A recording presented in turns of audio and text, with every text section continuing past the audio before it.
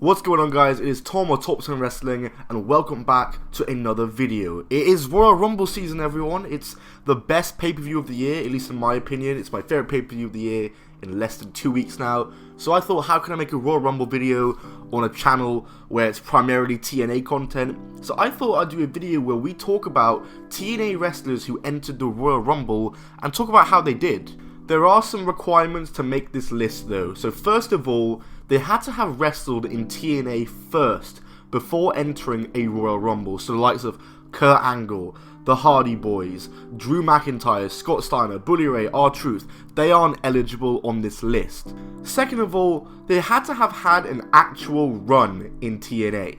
It can't just have been sporadic appearances here and there. They had to have had an actual run in TNA before going to WWE and entering the Royal Rumble match. And finally, the greatest Royal Rumble does not count. So apologies to Bobby Roode. So that's pretty much it. Before we do get in though, be sure to subscribe with notifications on. It'll help out the channel. Just hit subscribe right now. Just do it right now, okay? And hit the like button too. Let's hit about 300 likes maybe. But let's just get into it. Starting off with CM Punk.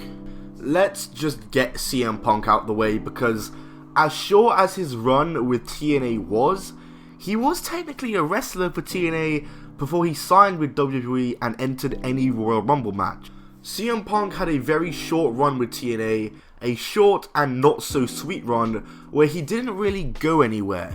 You can check out my video on CM Punk's run where I discuss it in length, but pretty much he was just in the stable with Raven, which really went nowhere. He never won any title, never challenged for any title, and he lasted there for less than a year, and he had to leave TNA as he was wrestling with Ring of Honor at the same time and had to choose between TNA and Ring of Honor due to a controversy with Ring of Honor's owner where TNA didn't want people wrestling in both companies. CM Punk has made multiple appearances in the Royal Rumble match, with 2010, 2011 and 2014 being the most notable for me. 2010 saw him enter at number 3 and eliminate people as they came in and cut these amazing and fantastic promos in between eliminations. He was just so funny and so good, and he was the highlight of the match. He even had a one-on-one match with Beth Phoenix. In 2011, he entered the match at number 1, teamed up with the Nexus throughout the match, and got the most eliminations in the match with 7. And finally, the 2014 Royal Rumble match, he was number 1 yet again. He made it to the final 4 before being eliminated, and this would end up being his final ever match in WWE. Next up, we have Zelina Vega. Zelina Vega is brilliant, and it's a massive shame that she hasn't been used to her full potential in the WWE. However, in TNA, she had a 2-year run where she was used fairly well. At the infamous Victory Road 2011 pay-per-view, she and Sarita defeated Angelina Love and Winter to win the also infamous TNA Knockouts Tag Titles. In June 2017, Zelina Vega signed with the WWE and became Andrade's manager, and from there she has wrestled fairly sporadically and mainly in mixed tag team matches with Andrade, but very sporadic when she wrestles really. But with the introduction of the Women's Royal Rumble match in 2018, it means she has been able to enter the match once in 2019. She entered at number 20, lasting over 11 minutes, which is respectable. She did score no eliminations, but she was eliminated by current NXT Women's Champion Rhea Ripley and was chased out the arena by Hornswoggle of all people. Next up, we have Xavier Woods. Now, a lot of people don't actually know that Xavier Woods had a run in TNA, let alone a pretty good run in TNA. Like, he was fairly successful in TNA before coming to WWE and being successful here. Xavier Woods wrestled under the name of Consequences Creed in TNA, and like he is now in the WWE, Woods was successful in the tag division of TNA. Him and Jay Lethal teamed up under the team name of Lethal Consequences, which is just such a sick name, and they won the TNA tag team titles once. Also, while Creed was in TNA, he wrestled frequently in the X division, and though he never actually won any titles beyond the tag titles, he did have a fairly good and decent run in TNA where he was used pretty well. But since coming to the WWE, he has been even more successful. He's a 6-time tag team champion and has made many appearances in the Royal Rumble match. However, every time he enters, he never really comes close to winning and rarely scores an elimination, mainly because he's with his New Day members, and more often than not, he gets eliminated at the same time or around the same time as the other New Day members. Next up on the list, we have Samoa Joe. Samoa Joe is no doubt one of the greatest wrestlers in the history of TNA, and I don't hesitate to say that. I think he's so brilliant and deserves better in the WWE. He's pretty much won every single title in TNA. I mean, he's a former Grand Slam champion, he's won the world title, the TV title, the X Division title, the tag titles, and many different TNA tournaments, because there were many TNA tournaments that existed, and he won quite a fair few of them. Sadly, since coming to WWE, he hasn't been as successful. He's a 2-time NXT champion and a 2-time United States champion, and even though that is still good, and I'm still happy that he had those title reigns, I can't help but think he deserves to be more and should have been the world champion already. We all thought that Samoa Joe was going to enter the Royal Rumble in 2017, as his time with NXT had pretty much finished, and it just made sense. But number 30 hit, and the wrong Samoan came out, that being Roman Reigns, which no one was happy about. Joe would debut the next night on Raw though, which makes no sense. Why couldn't they held off on debuting him for one night? Just debut him at the Rumble. Him being eliminated and losing isn't going to affect him long term. Come on, why did he debut at Raw the next day? However, yes, I'm getting to the point. He has made one appearance in a Royal Rumble match, that being in 2019, where he scored a good 3 eliminations and lasted a very good 24 minutes in the match. He dominated a big portion of it, but he was eliminated by Mustafa Ali, who would go on to get eliminated by Nia Jax. So, yeah, there's that.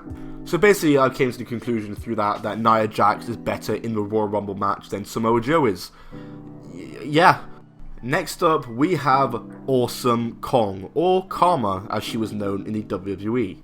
Awesome Kong's career in TNA saw her be one of the shining lights of TNA's Knockouts division. And that's not a knock on TNA's Knockouts division, because it's always been good, but Awesome Kong was easily the best there, along with Gail Kim.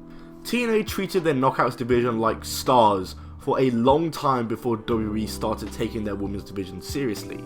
In TNA, Awesome Kong is a former 2-time Knockouts champion, as well as a former TNA Knockouts Tag Team champion. She won Pro Wrestling Illustrated Female Wrestler of the Year in 2008, and her overall stock was very high before coming to WWE in 2011. There was lots of hype for Kong in 2011, and when she debuted in the WWE as Karma, attacking the Divas division, it was great. I mean, she was a badass, and everyone was so excited for when she eventually faced Beth Phoenix. The Divas division was very weak, and Kong was needed in the Divas division. But then the unexpected happened when she had to announce pregnancy and took time away from the WWE. It was bad timing, but it's out of your control, really. Karma would only wrestle ever one match in the WWE. That match being the 2012 Royal Rumble match. This was 6 years before the Women's Rumble was introduced, meaning she entered the Men's Rumble.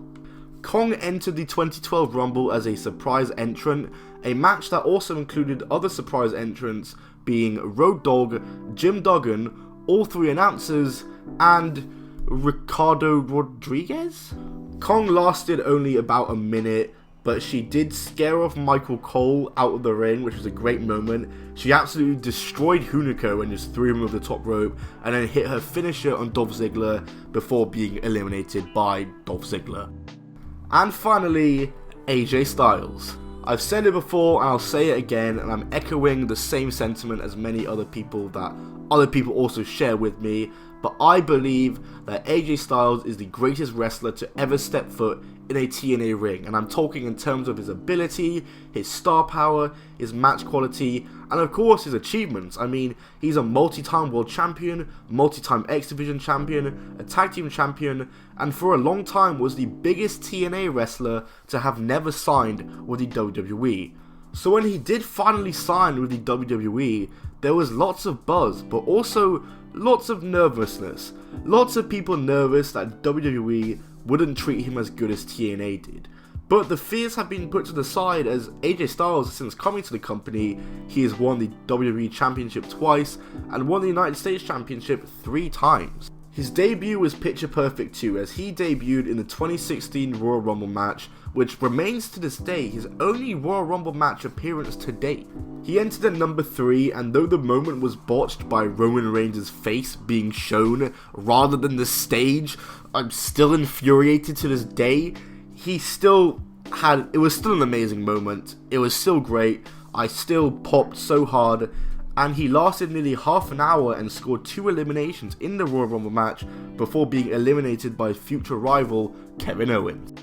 But yeah, overall, TNA Wrestlers have a fairly good track record in a Royal Rumble match. And that's pretty much all I have to say on it all. So that's going to do it for this video, guys. If you did enjoy, smack the like button. Let me know if I missed anyone in the comments, because I might have, but I feel like I didn't. I probably have, realistically, so let me know. But yeah, that's going to do it for this video. Smack the like button. Let's hit 300 likes. Subscribe with notifications on. Subscribe to my second channel. I'm going to be bringing back my second channel really soon. I'll do some more promotion about it at the time. But yeah, see you all soon. Follow me on Twitter at TNA Wrestling. My Instagram's at I'm Tom Bell. Goodbye and keep on rolling.